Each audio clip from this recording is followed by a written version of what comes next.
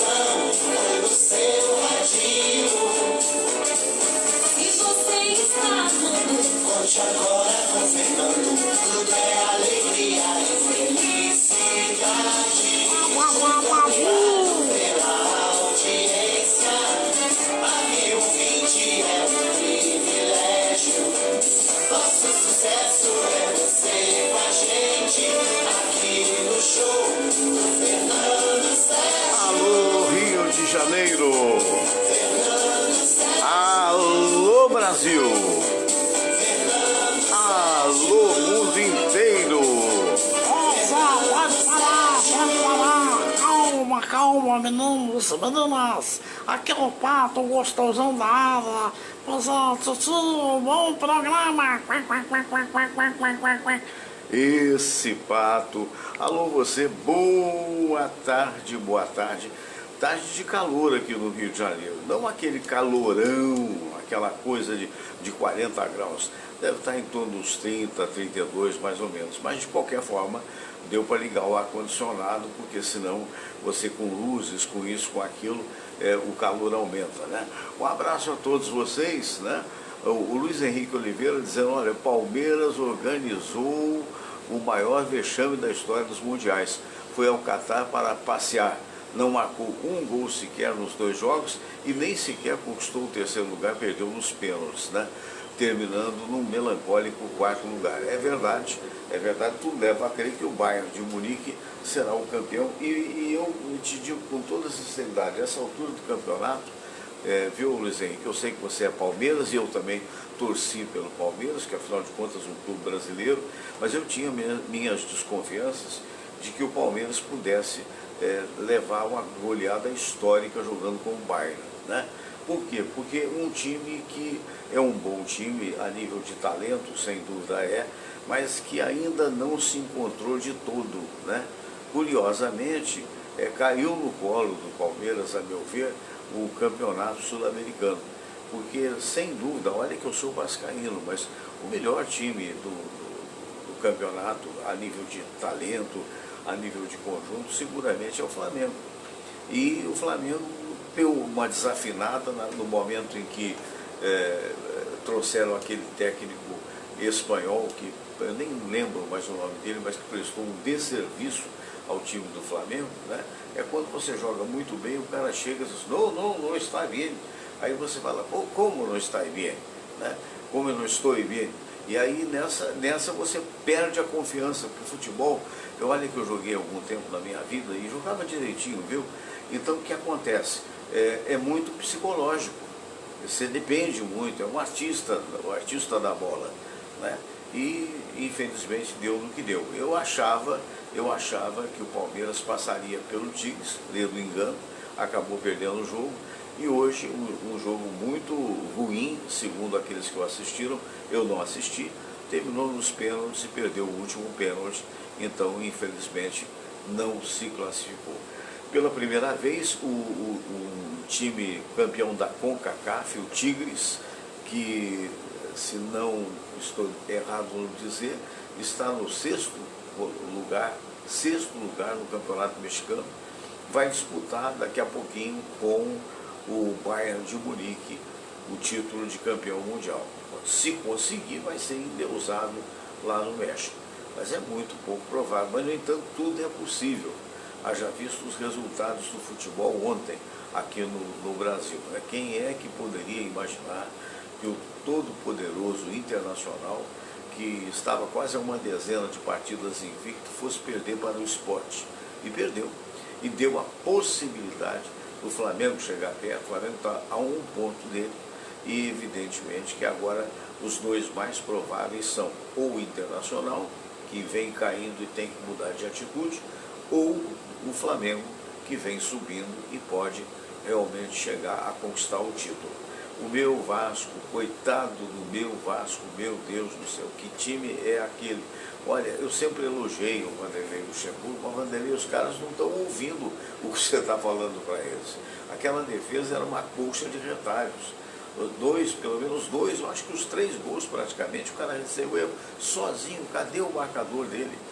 E o Vasco amargou um 3-0, do Fortaleza, lá em Fortaleza, e que deixou todo mundo meio assim, acreditando que se não houver alguma situação mais forte, o Vasco pode efetivamente, infelizmente, ir pela quarta vez para a segunda divisão. Não desejo isso, evidentemente que não, vou torcer. O Vasco vai enfrentar o Corinthians está crescendo. Então, o que eu aconselho é que qualquer técnico vai aconselhar. Eu espero que o Luxemburgo, acho que a besteira que houve ontem foi que o Vasco atuou aberto, atuou de igual para igual. Quando você está na casa do adversário e o time não era essas coisas, dá uma recuada, segura, fecha a casinha e tenta sair no contra-ataque. Na verdade, nada disso deu certo e foi um desastre total. Parabéns ao Fluminense, que empatou com o Corinthians, Fluminense do meu amigo Silvio Provenzano, né, do Daniel Penafilme, lá do SBT, a quem manda um abraço, marido da Elisângela Salaroli, né, Fluminense, apesar de que o Corinthians dominou a partida, pelo menos em 70% dela, no final o Fluminense poderia ter saído com a vitória, foi um 0-0 que acabou sendo uma decepção para os dois times, mas pelo menos não perderam. Então é isso, quer dizer, futebol é assim mesmo. De qualquer maneira, uma pena que o Palmeiras não estava pronto. Eu vi a entrevista do Abel, o técnico português do Palmeiras, dizendo que tem orgulho da equipe, que afinal de contas chegou a uma situação dessa, e ele também é muito novo, já é campeão sul-americano, né? Já foi campeão da Libertadores, não é qualquer técnico que tem esse título, e ainda terá muito tempo agora podendo vir a ser campeão da Copa do Brasil. Mas tem que jogar mais que o Grêmio. E o Grêmio é uma equipe mais experiente e o Renato Gaúcho é um técnico muito mais experiente. Ponto. Falamos de futebol, mas vamos também continuar aqui o nosso papo com você que está me vendo agora. Eu estava pensando hoje como existe preconceito nesse mundo, como existem pessoas querendo criticar, se situando em situações, digamos assim, veja como eu sou superior, o que é uma bobagem muito grande. Ontem eu vi uma cena, não sei se você viu, acho que foi até no Jornal Nacional, teve uma sonda dessas. O que é uma sonda? Na verdade, é um tipo a gente diz de foguete, né, porque não é nem satélite, que foi lançado, eu não sei se foi lançado até Marte, para poder mandar dados e tal, porque eu vi a notícia en passant, né, de passagem, e não vi aquilo que me interessava, ou só vi aquilo que me interessava. E o que passou a me interessar foi quando o locutor disse, você vê aquela cena e você vê o espaço infinito. Então esta sonda, me parece que norte-americana, né, ou não tenho certeza, ela foi lançada, por exemplo, para colher dados, né? Não acho que foi Marte, acho que foi além de Marte, Júpiter, sei lá, Saturno, não sei onde, e ela fez toda a sua trajetória, até ali ela seria monitorada. E a última imagem que ela mandou para a Terra foi o retrato da Terra, e que nós vimos, quer dizer, filmado, né? Olhando assim para trás, você vê, por exemplo, toda a tela que você está vendo aí no seu vídeo, seja digamos, no celular, ou seja, na televisão, não importa, você via um pontinho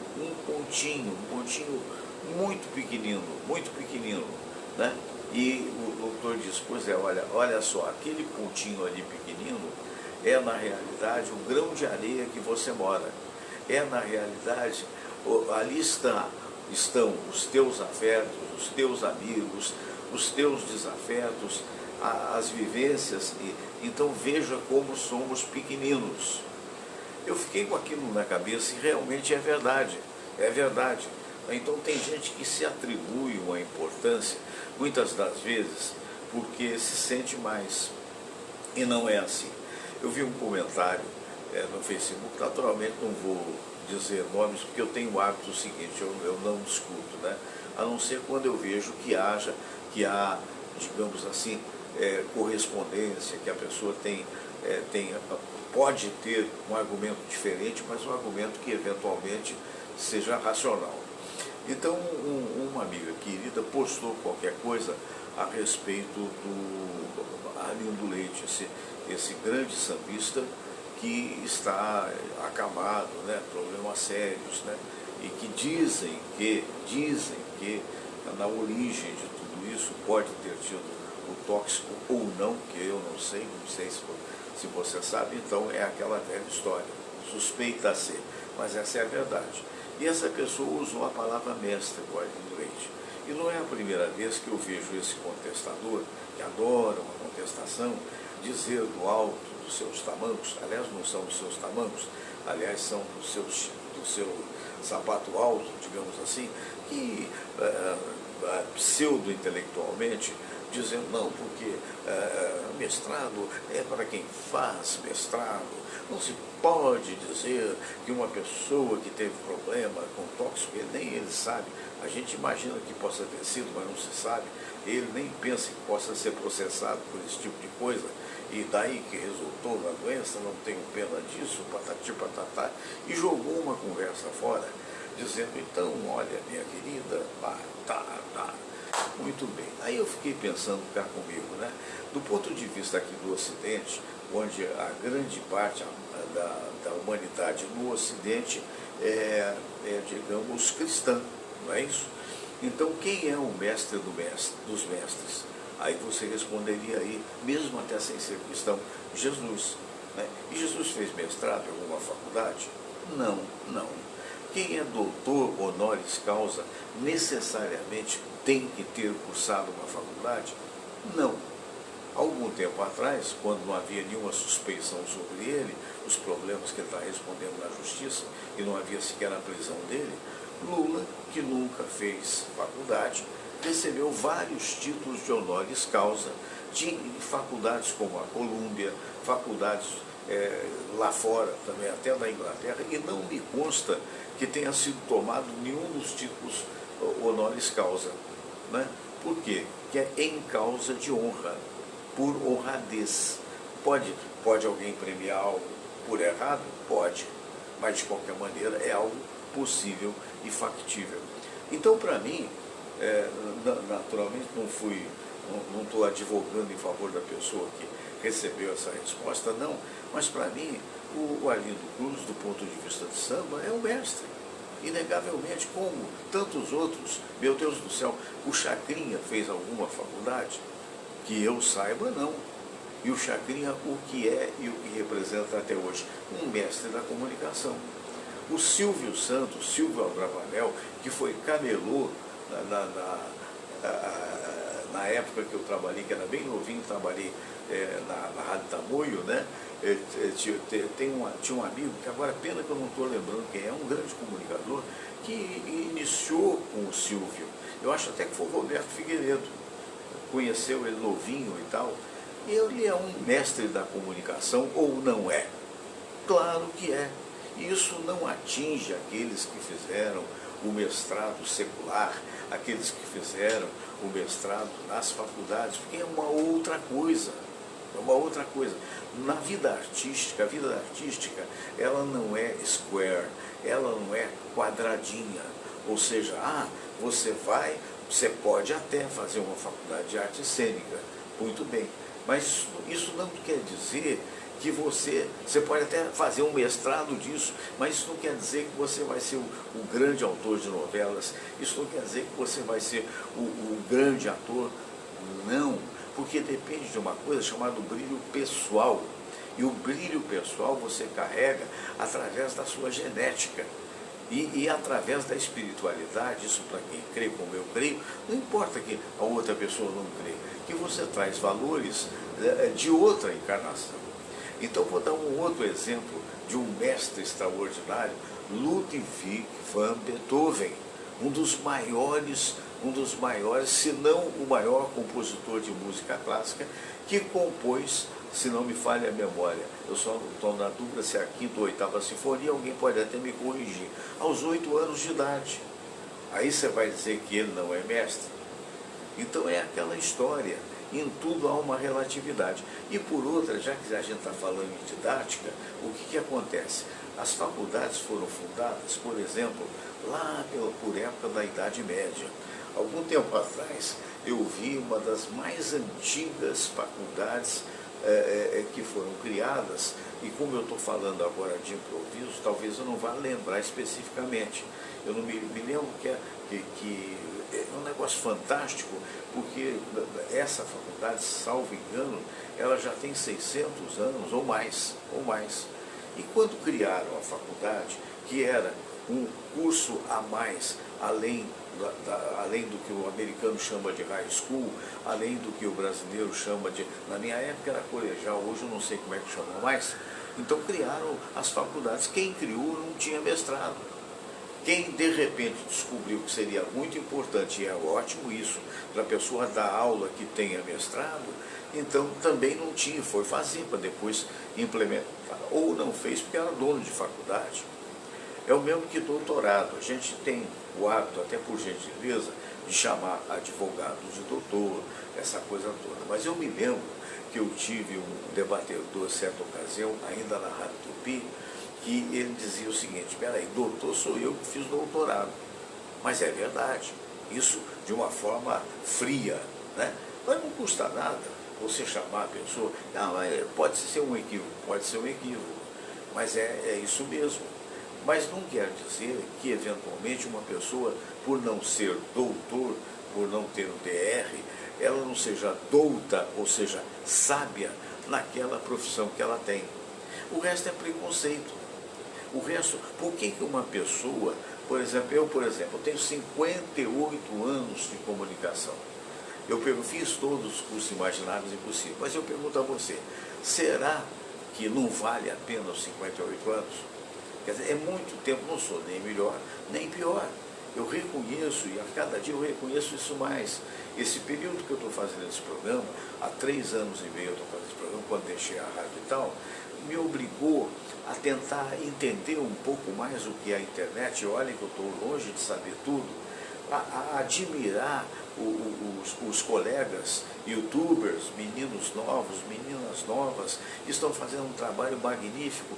E tem vezes que eu fico assim, pensando assim, eu gosto muito de Deus, gosto muito dos espíritos de luz, tenho uma fé baseada na razão, e eu fico assim pensando, meu Deus, eu pensava que eu era bom.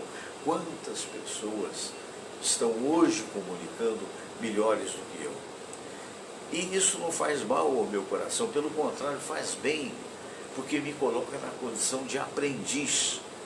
Isso é que é importante na vida. Às vezes bate um abatimento, isso é natural, né? Às vezes quem é que não queria ser, né, admirado o tempo todo e tal? Isso faz parte do ser humano de uma forma ou de outra.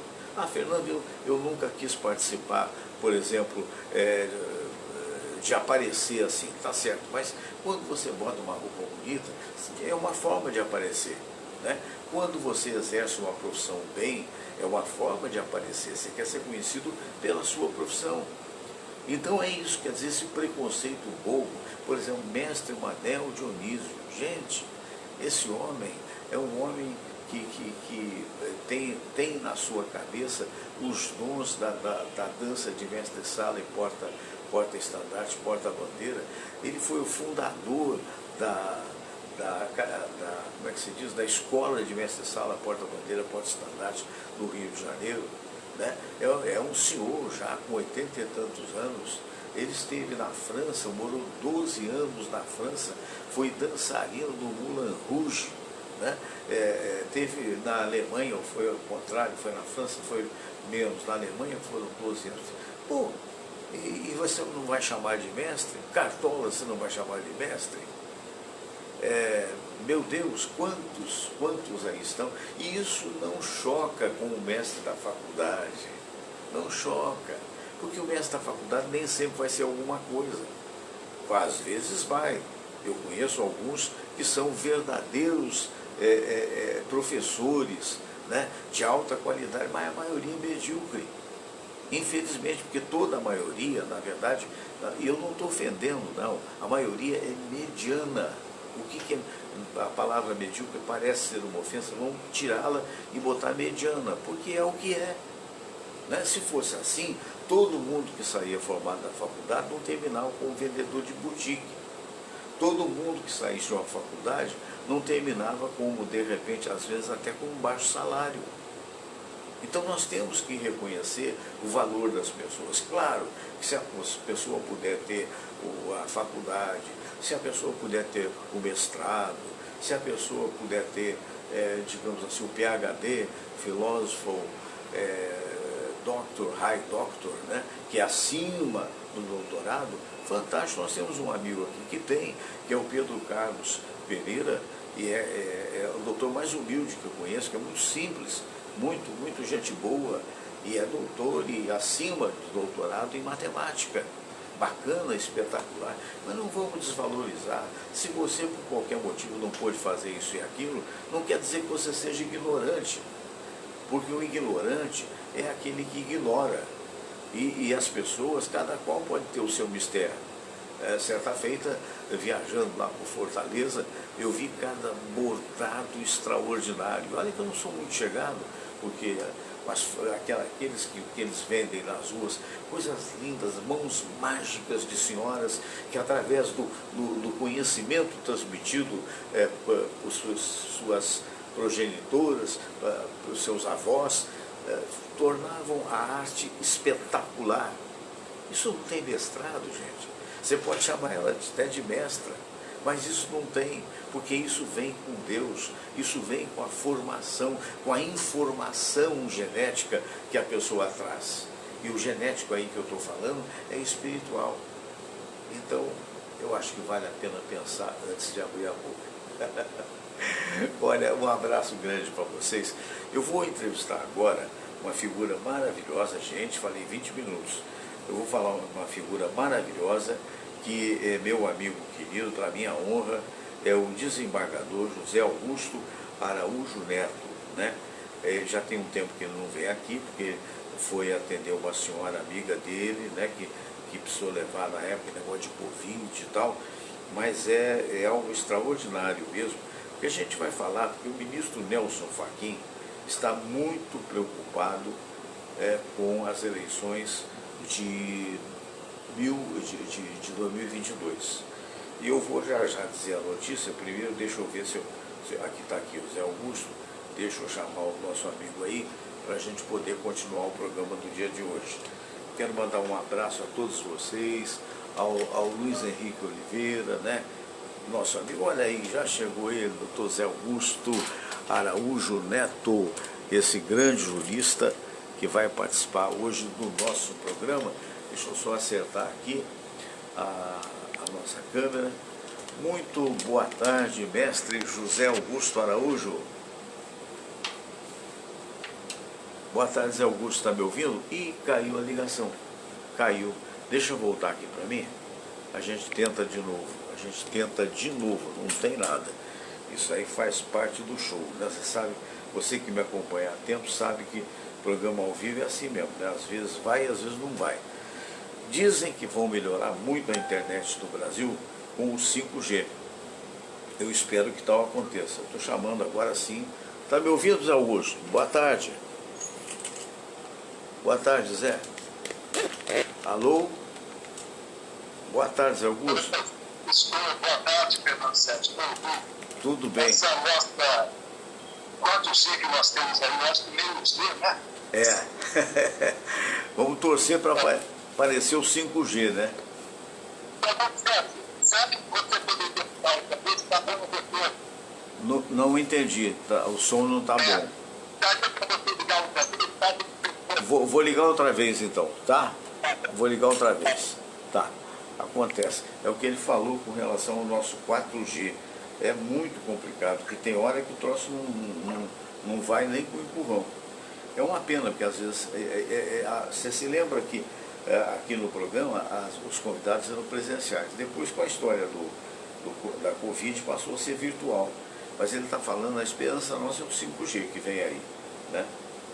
Até ontem, o doutor Silvio Provenzano dizia o seguinte: pois é, imagine a telemedicina, o cara está operando a cabeça e de repente para a internet. Como é que faz? Agora está me ouvindo melhor? Boa tarde. Boa tarde, estou te ouvindo bem. Ótimo. Agora está ótimo. Seja bem-vindo, desembargador Zé Augusto Araújo Neto. Eu queria fazer um arrazoado e queria depois o comentário do amigo. O ministro do Supremo Tribunal Federal e também do Tribunal Superior Eleitoral, ministro Nelson Fachin, alerta para o risco de rompimento da democracia em 2022. Preocupam, segundo ele, eleições de 2022, em entrevista à Folha de São Paulo. Ele diz, o ministro Fachin, é preciso proteger e defender a democracia e o sistema eleitoral brasileiro. Só assim sairemos da crise sem sair da democracia. Ele elenca algumas razões da sua preocupação. Por exemplo, a militarização, fica melhor, remilitarização do governo civil, a intimidação e fechamento dos demais poderes, declarações assintosas contra o poder do voto e contra a validade do mesmo, palavras e ações que atentam contra a liberdade da imprensa e, por fim, ele também elenca o incentivo ao porte de armas para cidadãos. Queria, então, a opinião do nosso querido desembargador. Olha, essa preocupação dele eu acho que é bastante razoável. Houve já algumas declarações do presidente da República, daqui a pouco eu vou falar a respeito delas, e uma até delas bastante significativa a respeito dessa preocupação aí que nós devemos ter em relação à eleição de 2022, e que foi até de certa forma esquecida, passou desapercebida, e apenas um ministro, que é o Luiz Roberto Barroso, à época presidente do TSE, Tribunal Superior Eleitoral, é que teceu algumas considerações, mas outros ministros não fizeram considerações a respeito daquilo.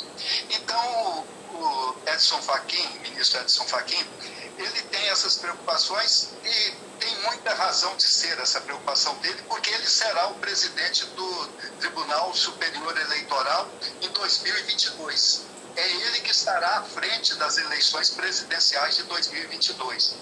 E, como você disse, ele elencou algumas das preocupações dele. Ele elencou seis preocupações, ou sete preocupações. Uma delas é a preocupação com a própria eleição de 2022, que nós devemos nos preocupar com a rigidez da democracia e da ordem eleitoral, do sistema eleitoral. Isso é uma preocupação. Eu acho que democracia se decide por eleições e nós devemos ter uma eleição que mereça a confiança de todo mundo, daqueles que são votados, daqueles que votam. Então ele acha que tem que ter uma preocupação muito séria com isso. E dentre essas preocupações que ele vai colocando, uma segunda foi essa que você falou, remilitarização do governo civil. Quer dizer, uma quantidade enorme de pessoas provenientes da carreira militar, muitos deles já reformados, mas um até na ativa, que é o ministro da Saúde, que estão no governo como nunca houve, nem na época da ditadura militar. Verdade. Tantos militares assim no governo. Então isso é um motivo de preocupação. E vai falando de outras também. Uma delas é muito séria. A intimidação que houve, que de certa forma foi proibida por atitudes do Supremo Tribunal Federal, que eram as intimidações de fechamento dos demais poderes. Políticos que iam para a praça pública, o próprio presidente da República ia dar o seu apoio, embora ele dissesse que não falava em defesa daquelas manifestações, mas a elas comparecia, de intimidação, de fechamento dos demais poderes, ou seja, do poder legislativo e do poder judiciário. Fechamento do Congresso, fechamento do Supremo Tribunal Federal, que era o que pretendiam com aquelas manifestações. Que felizmente houve uma abertura de inquérito e com isso debelou essas manifestações. Chegaram até a jogar fogos contra o Supremo Tribunal Federal, só faltando armas, né? Jogando fogos, aquilo de forma assim, para poder intimidar. Outra coisa que ele falou, declarações assintosas da depreciação do voto. Querendo dizer que o voto em certas eleições não vale nada, o voto não é o fundamental. O fundamental é aquilo que o governante representa, essas coisas todas. E palavras e ações contra a imprensa, que também é uma coisa que vem se falando nesse país. Tudo que é de errado é a imprensa. A imprensa notifica um fato que é contra alguém ou a favor de alguém, e a imprensa é que é responsável. Quer dizer, a imprensa, por divulgar, ela que é a responsável por aquilo, ela que está fazendo uma deturpação da democracia, não é. Uma outra coisa que ele falou, o incentivo às armas e, em consequência, à violência. Nós vamos lembrar aí, o presidente da República, ele defende o armamento do povo. Ele diz assim, um povo armado é um fator de defesa da democracia. Será que é isso? Será que armando o povo nós vamos defender a democracia? Não acredito. Nós que somos jovens há mais tempo, vamos lembrar de uma coisa que os jovens às vezes nem se conhecem ou não se lembram. Se lembra quando, nos idos de 60 e poucos, década de 60, não se criou lá o chamado Grupo dos 11 Companheiros, no Rio Grande do Sul. Rio Grande do Sul. Aqui, criado por quem? Pelo senhor Leonel Brizola. Quando a gente fala, a gente critica a esquerda e critica a direita, se tiver que criticar. Claro. Será que era para defesa da democracia ou era para ter uma suntuosa força para um golpe militar? Também. Chamado Grupo dos 11. Exato. Grupo dos 11 companheiros. Aquilo era em defesa do Brizola e do Jânio, que era o cunhado dele que chegou à presidência da República. Vice-presidente, com a renúncia do Jânio, ele assumiu a presidência da República. Então, esse incentivo às armas, achar que isso vai defender a democracia com isso, não é defesa da democracia, não. Isso só serve para parar golpes militares e desordem pública, porque pessoas armadas, nós vimos nos Estados Unidos, lá que houve, né, no Capitólio, pessoas com armas lá. Será que aquilo é defesa da democracia? Ou é o que o Congresso está fazendo? Apurando as possíveis condutas criminosas do próprio presidente, mesmo depois dele ter deixado a presidência. Aquilo sim, né? Que é. E outra coisa, ele fala assim, a recusa antecipada do resultado eleitoral adverso. Aquilo que o Trump fez. Parece que o Trump faz escola pelo mundo, né? Pelo menos está fazendo aqui no Brasil. Vocês não aceitaram o resultado de uma eleição democrática? Não se pode isso. Numa democracia, se você tiver prova de fraude, você tem que mostrar a prova da fraude que você tem. Não pode ser simplesmente que uma eleição é fraudulenta sem provas, como o Trump fez. E acabou derrotado com aquilo, né? Então tem que se respeitar o resultado das urnas. Isso é a principal coisa. Democracia aí. Outra coisa, corrupção da democracia e do arbítrio, querer resolver a coisa pela força, não pelo voto, não pelo cumprimento da legislação. E para encerrar, eu vou lembrar, depois disso tudo que eu falei, algumas quatro ações do nosso presidente, que daí me preocupa muito. Tá? Eu critiquei lá a esquerda quando fazia o Grupo dos 11. Isso. Eu tenho o direito de criticar a direita quando o nosso presidente, ele fala, ele vinha em apoio àquelas manifestações antidemocráticas que eu falei há pouco. Sim. Ele comparecia aquelas manifestações. Hoje, tal como a vacina, ele passou a aceitar. Hoje, tal como a vacina, ele não está defendendo mais esse tipo de conduta. Porque nós temos um inquérito no Supremo Tribunal Federal apurando esses fatos, que são fatos que atentam contra a Constituição, contra a democracia. E ele comparecia a essas manifestações. Dava um certo apoio com a presença. Outra coisa, ele declarou há poucos dias, agora, quando o Trump estava na sua campanha de querer ganhar a eleição contra o voto da população, Trump queria desvirtuar o resultado das eleições, dizendo que tinha havido uma fraude. Ganhar no grito. Ganhar no grito. Só que lá é diferente. Lá não tem esse negócio de golpe de Estado, não. Lá é uma democracia que vem desde 1700 e pouco. Né? Não tem isso não de golpe de Estado. O nosso presidente falou assim, ó, se não tiver voto impresso em 2022, vamos ter problema pior do que nos Estados Unidos. O pior do que aquilo lá, o que é? Meu Deus do céu. É um golpe de Estado, só pode ser. É. Isso passou, assim, desapercebido pelas pessoas e ninguém contestou isso, as autoridades não falaram muito. Isso é muito grave. Nós não podemos dizer que o voto impresso, será que o voto impresso é que é o resultado das eleições? Nós tínhamos voto em papel e havia fraude nessa. Muito mais do que hoje. É razoável que ele defende, daí eu vou também a favor dele quando ele defende uma coisa, isso é possível. É possível que tenha o voto da máquina eletrônica e essa máquina mesmo imprimir um resultado que será guardado para eventuais alegações de que houve fraude em tal circunscrição eleitoral. Não é de toda a eleição, não. Você vai ter que apontar fraude para poder verificar. Isso custaria, à época que foi cogitado, alguns anos atrás, em torno de 2 milhões e pouco. Nós gastamos 200 e tantos milhões em auxílio emergencial, 200 e tantos bilhões. 200 e tantos bilhões em auxílio. Será que não podíamos gastar um pouco mais de 2 milhões para poder ter esse voto guardado para confirmação? Claro. Apesar de que eu não vejo necessidade disso, mas seria uma forma de desenvolver um resultado. Porque nós não vemos que nós não tivemos fraude durante todos esse tempo que nós estamos tendo voto pela máquina eletrônica, voto eletrônico. Outra coisa que ele disse que me preocupou, se ele não ganhar, haverá fraude. Ele disse que já houve fraude em 2018. Ele que devia ter ganho no primeiro turno, ganhou no segundo, porque houve fraude. Apontou alguma fraude? Não apontou fraude nenhuma. Ele disse que se ele não ganhar, não querer aceitar o resultado da votação, o resultado da eleição. Não é? Se ele não ganhar, é o que o Trump falava, se ele não ganhasse, havia fraude. É a mesma coisa. Já tem isso, ele disse que se não ganhar, vai haver fraude, que já houve em 2018. E eu fico pensando, o Brasil tem que ser estudado se isso é verdade. Sabe por quê? Porque o partido faz uma fraude e perde a eleição, quem ganha é o outro.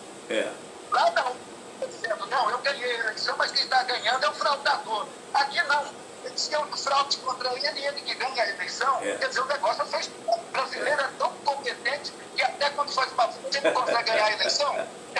É verdade. Né? E uma coisa que me preocupa, isso para fechar essa nossa discussão, que eu estou fazendo críticas jurídicas, críticas de ponto de vista e de observação social, de observação política, sem partidarismo. Quero deixar bem claro isso. Coisa que ele me preocupou. Quem decide o regime de um país, se é democrático ou ditadura, são as Forças Armadas. Aí é forte. Isso, meu Deus, de que manual de direito que ele tirou isso?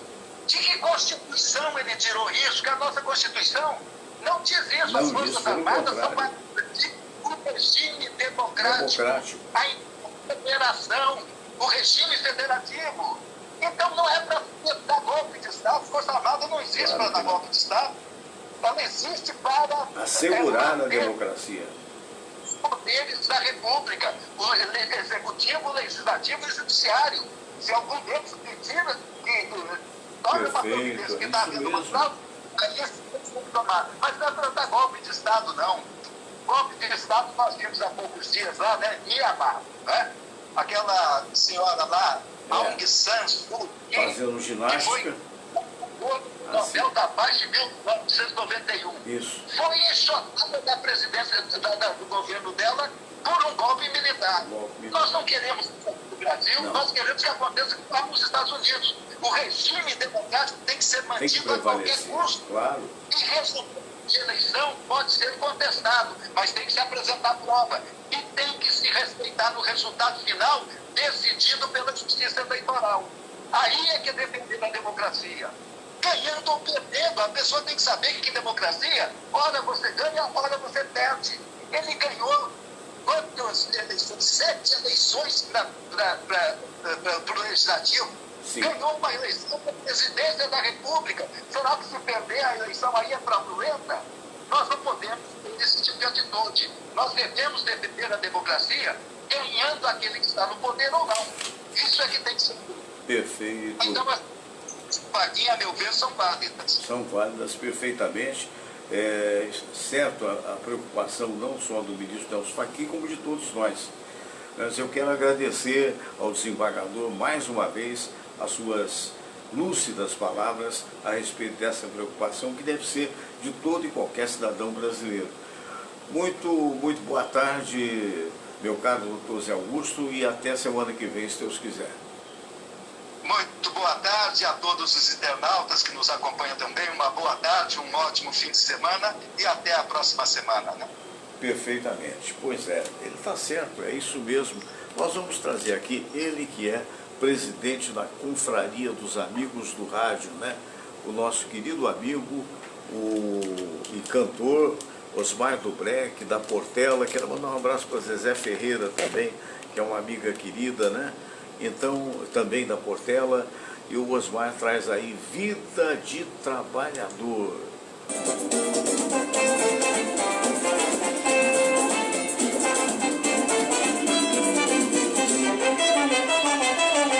Todo dia sempre a mesma coisa, todo dia eu faço tudo igual. Levanto lá no posto, escovo os dentes e tomo café, e pego o metrô até a central. Se eu chego atrasado no trabalho, levo bronca do patrão. Pra encarar essa vida, tem que ter muita disposição. Tem que ter muita disposição, não é mole não. Todo dia sempre a mesma coisa, todo dia eu faço tudo igual. Levanto, lavo o rosto, escovo os dentes e tomo café, e bebo metrô até a central. Se eu chego atrasado no trabalho, levo bronca do patrão. Pra encarar essa vida, tem que ter muita disposição. Tem que ter muita disposição. O que eu ganho mal dá para viver, não sobra um tostão para o lazer. Já não sei mais o que faço para me livrar dessa situação. A pior coisa da vida é trabalhar para enriquecer o patrão. Mas um dia eu acerto uma loteria, aí então minha rotina vai mudar. Enquanto isso não acontece, o meu patrão eu tenho que aturar. Vou eu trabalhar.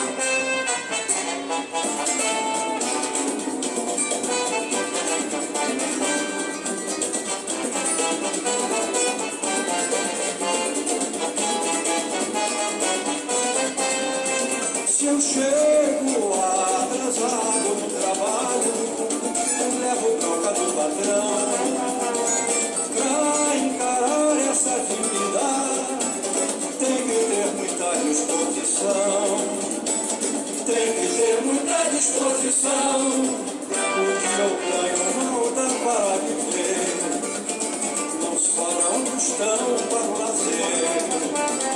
Já não sei mais o que faço para me livrar dessa situação. A pior coisa da vida é trabalhar para enriquecer o patrão. Mas um dia eu acerto numa loteria, aí então minha rotina vai mudar. Enquanto isso não acontece, o meu patrão eu tenho que aturar. Lá vou eu trabalhar. Pois é, meu amigo querido Osmar Dubrec, um abraço para você, querido amigo. Olha, daqui a pouquinho eu vou ter a oportunidade de falar nos nomes de vocês e nos recados de vocês, assim como o do Luiz Henrique Oliveira e de outros tantos que estão escrevendo, tá bom? Daqui a pouquinho. Mas olha, eu vou trazer para você agora um vídeo muito lindo. Não é novidade, eu gosto muito, mas gosto muito dos animais, muito demais. Se pudesse até, aquela história, eu teria uma grande fazenda cheia de animais, mas não tenho. Então eu tenho um cachorrinho, tive uma cadelinha que ficou 16 anos com a gente e depois ela lamentavelmente morreu por idade e por uma doençazinha que pegou. Foi um sofrimento para a família. E 2, 3 meses depois, a minha nora Monique, que está lá em Portugal, lá no Porto. Oi, Monique, abraço para você, para o Bruninho, que é o meu filho querido, esposo dela. A Monique trouxe o presente do pai dela, que é um dentista famoso, o Mauro Assis Brasil, né? Ela trouxe um cachorrinho que ficou, é o nosso sonho. Ele não está por aqui, porque ele está lá no outro lado do apartamento, com a Samira. É um Shih Tzu, né? A gente chama, qualquer dia eu trago ele aqui de volta para você ver. A gente chama esse cachorrinho de carinho, de tudo que você possa ter, né? E a gente chama de Todinho, porque ele é malhadinho, ele é a cor do Todd, daquela embalagem do Todd. Muito bem, por que eu estou dizendo isso? Então, quem gosta de animais, e quem não gosta hoje, eu acho que é inevitável no futuro gostar, gostaria de saber, acredito, a missão espiritual dos cães e gatos na vida dos seus donos. Olha, é realmente lindo isso, é muito lindo. Eu vou colocar aqui direitinho e você vai ver. A narração também é muito legal. O cara é um belo locutor que narra e não custa sonhar. Eu realmente acredito. Então, olha que coisa linda essa foto que eu vou mostrar agora para vocês. Olha só, vamos saber qual é a missão dessas figurinhas lindas nas nossas vidas? Vamos lá.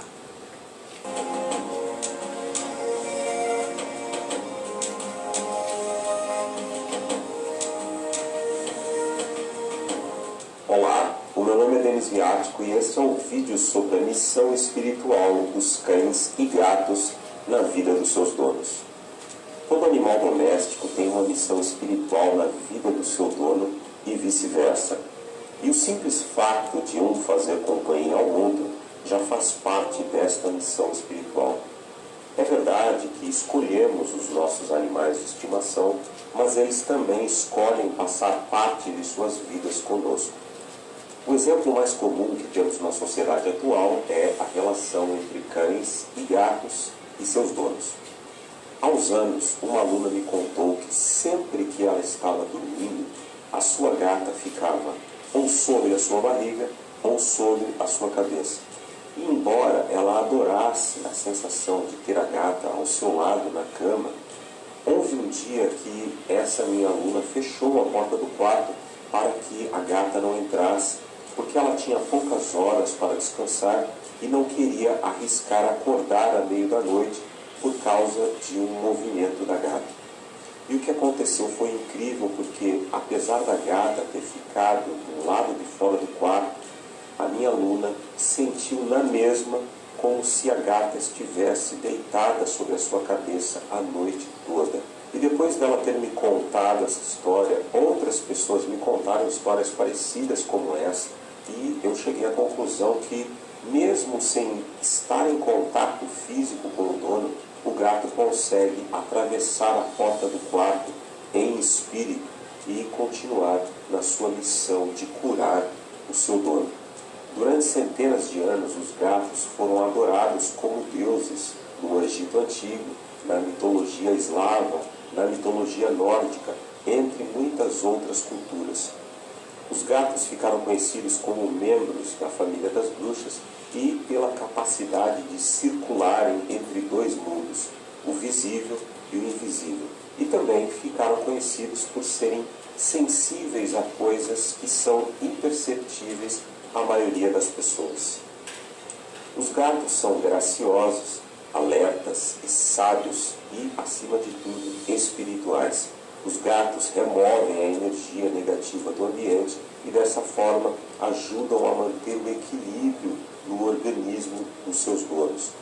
Na maioria dos casos, o fato de absorverem a energia negativa do ambiente facilita o processo de autocura no organismo dos donos. Os gatos captam as vibrações energéticas tanto da casa onde vivem como dos seus donos, e geralmente fazem isso quando estão, entre aspas, dormindo ou quando estão colados aos seus donos. Quando já se sentem cheios de energia, simplesmente levantam-se e saem. Quando um gato se afasta do dono, é como se estivesse dizendo: eu já trabalhei o bastante por agora. Significa que já absorveu energia o suficiente. Felizmente, os gatos possuem mecanismos para transmutar a energia que absorvem e acredita-se que estes sejam os únicos mamíferos com esta capacidade. Isso significa que os gatos são capazes de absorver energia negativa, transformá-la em energia positiva e devolvê-la ao ambiente.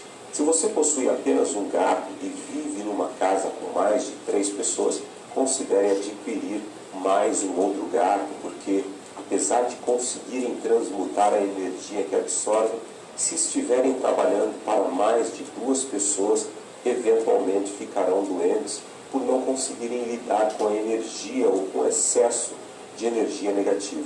Ter alguns cristais de quartzo espalhados pela casa pode ajudá-los a não se sentirem sobrecarregados. Os cristais de quartzo ajudam a elevar a vibração energética da casa, o que facilita o trabalho dos gatos. Os cães são conhecidos por serem os melhores amigos do homem. Em muitas culturas, acredita-se que o cão é quem nos transporta para a vida após a morte, ou quem guarda as portas para o céu e para o inferno. Em outras culturas, os cães são enterrados ao lado dos mortos, pois acredita-se que ajudam os espíritos a fazerem a travessia para o outro lado. Os cães representam força, fé, trabalho em equipe, motivação, amizade, fidelidade e companheirismo. E todas essas qualidades fazem parte da missão espiritual dos cães para com seus donos. Porque, de uma forma ou de outra, os cães entram na vida dos seus donos para lhe transmitirem estes valores. Os cães possuem um forte senso de comunidade e são grandes guias espirituais. Podem nos ensinar mais sobre nós mesmos do que as pessoas que estão à nossa volta, principalmente sobre nossas motivações mais profundas e sobre o caminho espiritual que estamos destinados a trilhar. Agora, falando da parte energética, o organismo destes animais funciona como uma esponja energética, absorvendo todo o tipo de energia que é projetada sobre eles, ou sobre o espaço onde habitam. Tristeza, solidão, angústia, ressentimento, entre outras emoções negativas, são absorvidas pelos cães que não possuem a mesma capacidade que os gatos têm de transmutar a energia. Apesar de terem uma resistência relativamente alta à energia negativa, a saúde destes animais será sempre um indicador das boas ou más vibrações que possam existir no ambiente onde vivem ou das boas ou más vibrações presentes nos seus donos. Se um cão estiver doente, o seu problema de saúde pode estar relacionado com a energia que absorveu. Para concluir, algo que ajuda bastante, tanto para a saúde dos cães e gatos, como também dos seus donos, é beber água energizada com cristais de quartzo. Algumas pessoas optam por colocar os cristais em contato com a água e outras preferem manter os cristais do lado de fora, pois acreditam que estes podem libertar partículas prejudiciais à saúde. Mas isto fica ao critério de cada um. A minha sugestão é que você coloque um ou mais cristais ao redor de um copo com água durante uns 15 minutos. Faça o mesmo com o recipiente onde o seu animal de estimação costuma beber água. Outra dica importante é manter a energia da sua casa sempre equilibrada, bem ventilada, limpa e arrumada. Eu espero que vocês tenham gostado desse vídeo. Se você tem alguma história sobre o seu gato ou sobre o seu cão, compartilhe aqui nos comentários. E se você ainda não é inscrito no canal, se inscreva, ative o sininho, deixe o seu like e compartilhe este vídeo com os seus amigos. Um abraço e até a próxima. Tá vendo? Inscreva-se também, e eu queria também solicitar você, se inscreva no nosso canal. Se você está me vendo agora, por exemplo, no Facebook, daqui a 2 horas eu estarei com esse mesmo programa no YouTube. E aí, se você for lá, por favor, se inscreva, toca no sininho, né? Compartilha também, é muito importante compartilhar, que nós vamos aumentando aí o número de pessoas que estão vendo o nosso programa e você vai nos ajudar muito. Então, se você for no youtube.com/Fernando Sérgio, vai lá, inscreva-se, né? É muito importante, não custa nada, é baratinho, 00, aliás, não custa nada mesmo, né? E você toca no sininho, toca e também na palavra todas, porque todas as notificações vão chegar para você. Desde já, muito obrigado. Mas o programa hoje tá bom demais, eu particularmente estou gostando muito.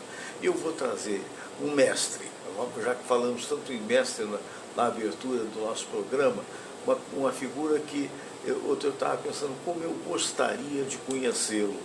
Na verdade, eu sou fã, eu conheço através, deixa eu só chegar aqui para cá para ver o que eu estou fazendo ali, através da televisão, tanto quanto você.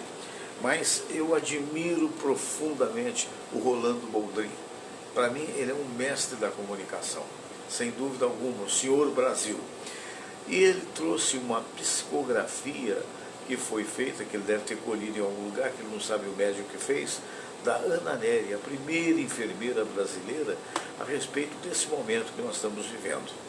Então, você vai me dar licença, eu vou mudar.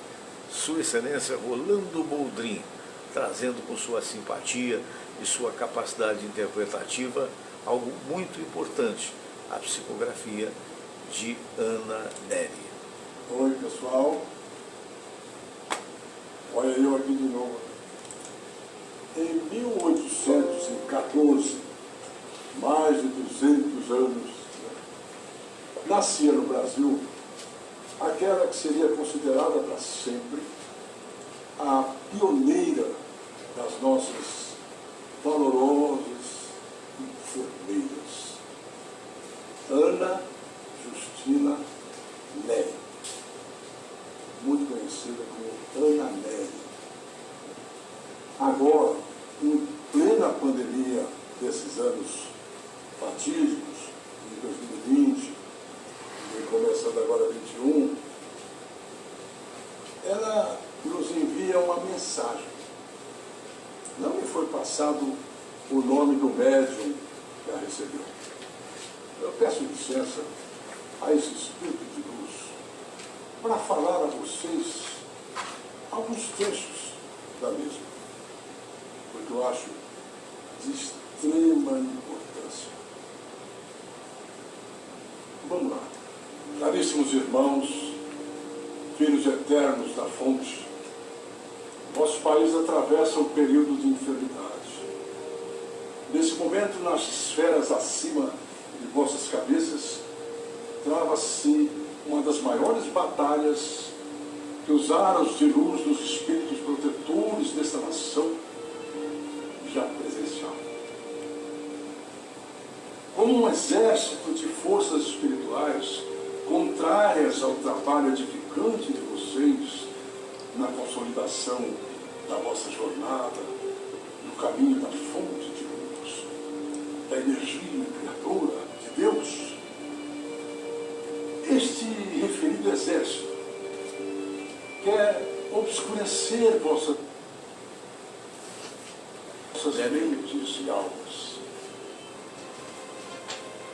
Como um vírus, os capilares energéticos de vosso território estão sendo desafiados por essas forças contrárias à luz do bem, à luz transformadora. Mas o remédio, a cura para tudo isso, nos é enviada todos os dias das instâncias superiores. Usem sua inteligência, sua intuição, sua força de vontade e, acima de tudo, o poder que lhes é dado para se conectarem entre si e com a divina fonte de vontade. Rogamos a vós, com incondicional de irmãos que creem em vocês.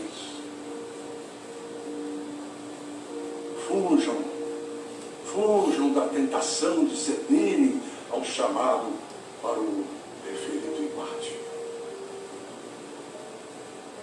Não se esqueçam de que vocês possuem a dádiva de serem aqueles a quem essas palavras chegaram.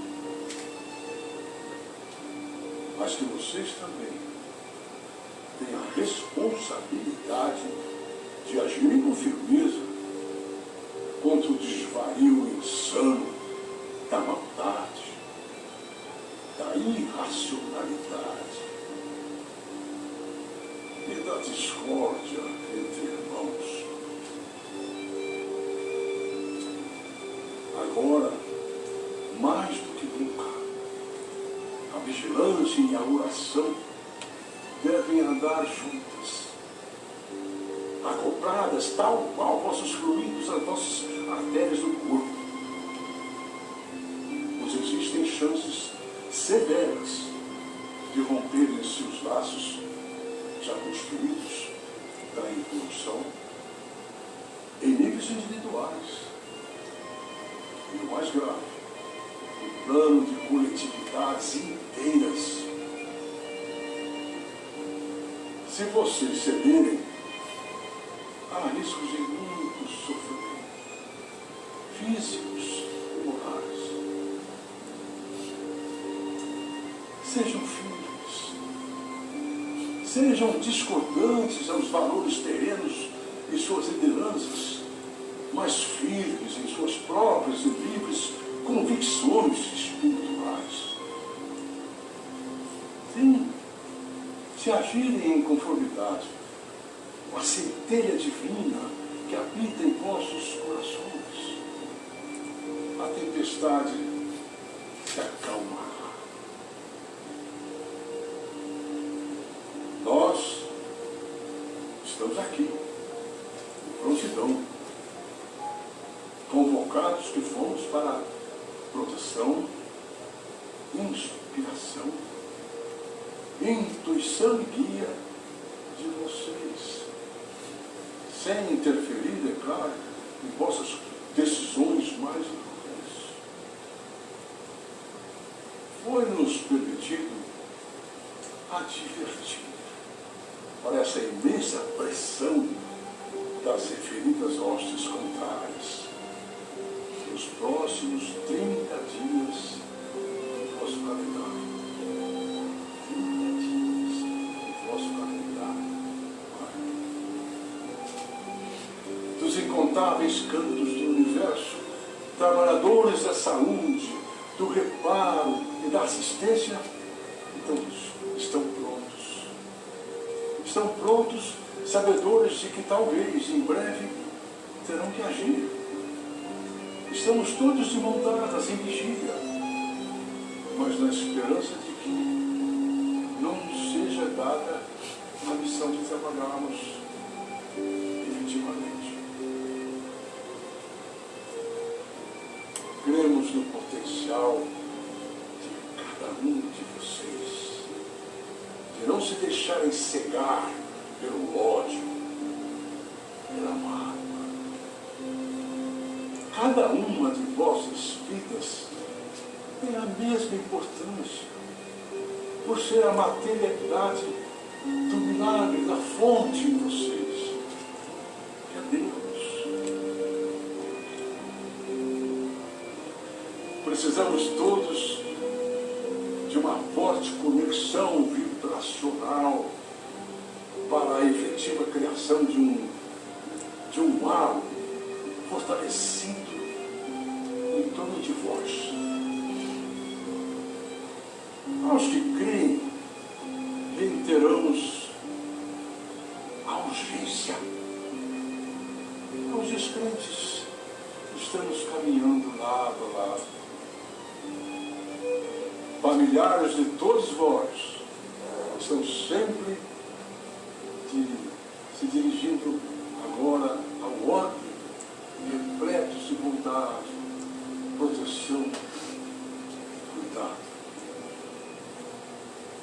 Mentalizem seus protetores especiais. Fortaleçam sua fé. Criem um espaço em seus lares, espaços de trabalho, organizações. E repetimos, afastem-se de tudo o que forem intuídos como tóxico, doente, destruidor. Sobre o processo atual de transição de forças políticas terrenas, esperamos que o mesmo caminhe sob essa proteção da luz. Mas é necessário que criemos este exército de corações conectados aos melhores propósitos. Rogamos ao universo, ao seu Criador, a fonte inspiradora e transformadora, que ampare a todos e os guie pelos melhores caminhos. Agradeço a oportunidade de me dirigir aos seus corações em nome das falanges de luz. Assinado Ana Nery. A primeira enfermeira brasileira, realmente, com o que apacentando os nossos corações. Emocionante na interpretação fantástica de Rolando Boldrin, esse mestre, verdadeiro mestre da comunicação. Logo após eu vou dizer o nome de vocês todos que estão aí, não é? que me mandaram recados, e então vou falar cada recadinho que tiver, tá? Não desliga não, não sai não. Vamos agora para a prece de Cáritas, porque depois de um palavreado desse, só mesmo uma prece, né? Então vamos nós, deixa eu só acertar aqui os ponteiros. Alô pro Silvinho Barbosa, daqui a pouco te dou o recado, tá? Será um prazer, meu amigo querido. Vamos nós. Vamos rezar a prece de Cáritas e depois a oração ecumênica que um dia Jesus nos ensinou. Deus nosso Pai, que sois todo poder e bondade, dai a força àqueles que passam pela provação. Dai a luz àquele que procura a verdade. Põe no coração do homem a compaixão e a caridade. Deus, dai ao viajor a estrela guia, ao aflito a consolação, ao doente o repouso. Pai, dai ao culpado o arrependimento, ao espírito a verdade, à criança o guia, ao órfão o pai. Senhor, que vossa bondade se estenda sobre tudo que criastes. Piedade, Senhor, para aqueles que não vos conhecem. Esperança para aqueles que sofrem. Que a vossa bondade permita aos Espíritos Consoladores derramarem por toda parte a paz, a esperança e a fé. Deus, um raio, uma faísca do vosso amor pode iluminar a terra. Deixai-nos beber nas fontes dessa bondade fecunda e infinita, e todas as lágrimas secarão, todas as dores se acalmarão. Um só coração, um só pensamento subirá até vós, com um grito de reconhecimento e de amor. Como Moisés sobre a montanha, nós vos esperamos com os braços abertos, ó bondade, ó beleza, ó perfeição. E queremos de alguma forma alcançar a vossa misericórdia. Deus, dai-nos a força de ajudar o progresso a fim de subirmos até vós. Dai-nos a caridade pura, dai-nos a fé e a razão, dai-nos a simplicidade que fará de nossas almas o espelho onde há de se refletir a vossa santa imagem.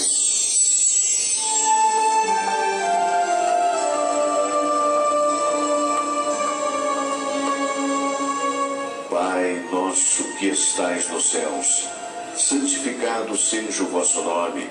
Venha a nós o vosso reino, seja feita a vossa vontade, assim na terra como no céu.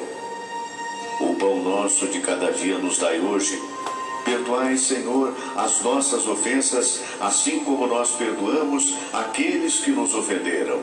E não nos deixeis cair em tentação, mas livrai-nos de todo mal, porque teu é o poder e tua é a glória, por todo sempre. Amém. Amém. Muito bem. Vamos então agora aos recados de vocês. O Luiz Henrique Oliveira, lamentando a situação do Palmeiras, que chegou em quarto lugar na decisão do Campeonato Mundial, uma pena mesmo, né? Dizer uma vergonha. Infelizmente eu também sou obrigado a concordar. A paciência, né? Quem sabe numa outra época. Ana Márcia Assad Salim, boa tarde, Ana. Luiz dizendo, ó, eu também tinha, pois se jogasse essa bolinha contra o Bayern, a vergonha seria muito pior. Pois é, verdade. A Elvira Araújo está assistindo. Muito obrigado, Elvira. Luiz Henrique dizendo, o Fluminense empatou com o Atlético Mineiro, Fernando, não com o Corinthians. Ah, tá certo, eu falei Corinthians, né? Me perdoe o engano. O Corinthians empatou de 3-3 num jogo sensacional, né? Com o Atlético Paranaense. Eros Mário Cordeiro, boa tarde, Fernando Sérgio, boa tarde, querido Eros, um abraço para você, querido. Muito gente boa, um dos grandes produtores musicais do Brasil. Fernando, você me fez lembrar do Roberto Figueiredo, que na década de 90 apresentava o show do Rio na Tupi. Por onde anda o Roberto Figueiredo? Ele aposentou ou está em outra rádio? Não, ele aposentou, a exemplo de que eu também estou aposentado, mas continuo fazendo o programa, né? Mas ele não, ele está aposentado, ele é também, pouca gente sabe que ele tem cidadania norte-americana também, né? Tem filhos, que eu acho que tem um que mora até na América. Recentemente até estive com ele, vou transmitir o teu abraço. É um ícone do rádio também. O Eros Mário Cordeiro, é por isso que acho que você é o mestre da comunicação. Amigo Fernando Sérgio, vai me deixar chorar aqui. Muito obrigado. Estou muito emotivo com essa situação, viu, Eros? Principalmente com essa linda locução do Orlando Boldrin. Obrigado, amigo. Muita boa noite. Rita Carneiro de Mendonça, boa tarde a todos. Yara Martins, boa tarde, Yara, de Pelotas, no Rio Grande do Sul, tudo de bom para você, querida. Toninho Prego, nosso Toninho, aceno para ele, alô Toninho. Luiz Mauro, radialista, obrigado, companheiro. Ângelo Rafael Barros Damiano assistindo a gente, obrigado, Ângelo. Ana Zerotini dos Reis também assistindo, nossa querida amiga lá de Brasília, nossa quase que conterrânea, porque eu nasci em Cruzeiro, São Paulo, mas eu fui criado em Juiz de Fora, já falei isso mais de uma vez. E a Ana eu conheci em terra e idade, né? Um abração, Ana. Rita Carneiro de Mendonça, eu amo os gatos em especial e concordo com esse vídeo maravilhoso, que só veio a confirmar tudo que eu já sabia. Tenho 7 anjos abençoados e de pura energia, verdade. Rita Carneiro de Mendonça também mandou um bonequinho lindo com um gato. O Silvinho Barbosa, nosso querido amigo, jornalista, publicitário, neste sábado, 19 horas, o programa Publi Rio Online apresenta o locutor e comunicador Sérgio Luiz Serjão, a voz oficial do Maracanã, uma voz linda dele. Um grande abraço por mim, Silvinho, num bate-papo descontraído. Tudo isso pelo canal 25 deixa eu ver aqui, 25 ou 525 em HD da NET. E quem não for assinante da NET poderá assistir o programa diretamente pelo site www.tvmaxrio.com, ok? A apresentação é do publicitário Silvinho Barbosa, CEO da Publi Rio Comunicação. É um baita de um apresentador, gente muito boa, meu querido amigo, recebe o nosso aceno também. Eu não vou perder, eu não perco os programas. Quando eu perco o do sábado, eu vou ver no domingo pela manhã. Aliás, pela manhã não, pela noite, 23 horas. Walter Silveira, um abraço, e Diamante Negro, um abraço. A todos vocês, meu carinho, meu muito obrigado, fiquem com Deus. Amanhã, se Deus quiser, às 3 horas, estaremos aqui. Namastê.